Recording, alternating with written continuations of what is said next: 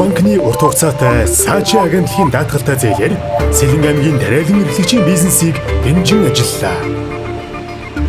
Анхудаа аккредитив ашиглан хөлдөөсөн мах бүтээгдэхүүн хятад улс руу экспортлоо. Барилгын компаниудад цемент, арматур, гадна ба дотн заслын материалыг импортлоход 25 сая Америк долларын гадаад худалдааны санхүүжилт хийлээ.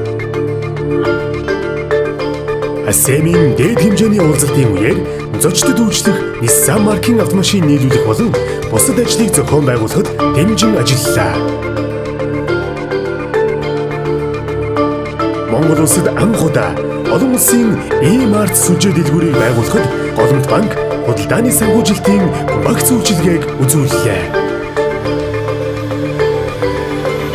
Хөшигтийн хөндийн шинэ буудал зориулан олон улсын өндөр стандартын ган хийцийн хашаа, хурдны замын бүтээн байгуулалтын ажлыг Голомт банкны аккредитив баталгаагаар дамжуулан амжилттай гүйцэтгэж байна.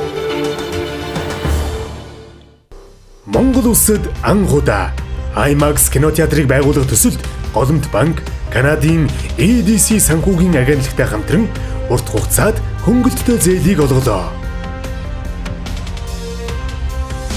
Голомт банк олон улсын Factories Chain International байгууллагын гишүүнээр Монгол улсаас анхудаа эсэж худалдааны бизнес эрхлэгчдэд импорт факторингийн үйлчилгээг үзүүлж эхэллээ.